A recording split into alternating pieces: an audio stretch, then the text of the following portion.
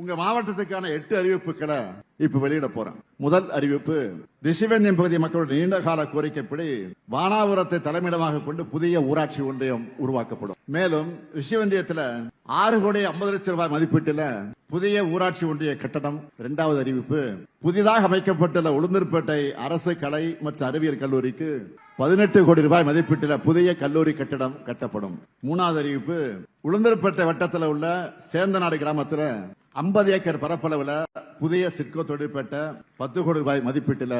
நாலாவது அறிவிப்பு, சங்கராபுரம் பகுதி பொதுமக்களுக்கு பயனளிக்கக்கூடிய வகையில புதுப்பாலப்பட்டு கிராமத்தில் 18 கோடி 50 லட்சம் ரூபாய் மதிப்பீட்டில் புதிய துணை மின் நிலையம். அஞ்சாவது அறிவிப்பு, சின்னசேலம் வட்டத்தில் 3 கோடி 90 லட்சம் ரூபாய் மதிப்பீட்டில் புதிய தீயணைப்பு மற்றும் மீட்பு பணிகள் நிலைய கட்டடம். ஆறாவது அறிவிப்பு, திருக்கோயிலூர் பகுதி விவசாயிகளுடைய நலனுக்காக அரியூர் கிராமத்தில் 5 கோடி 4 லட்சம் ரூபாய் மதிப்பீட்டில் சேமிப்பு கிடங்குகள் அமைக்கப்படும். ஏழாவது அறிவிப்பு, கல்வராயன் மலைப்பகுதி பழங்குடியின மகளிர் பயன்பெறக்கூடிய வகையில மகளிர் விடியல் பயணம் திட்டம் விரிவுபடுத்தும். எட்டாவது அறிவிப்பு, புதிதாக அமைக்கப்பட்ட கள்ளக்குறிச்சி மாவட்டத்துக்கு 120 கோடி ரூபாய் மதிப்பீட்டில் ஒருங்கிணைந்த நீதிமன்ற வளாகம் மற்றும் குடியிருப்புக்கு அமைக்கும்.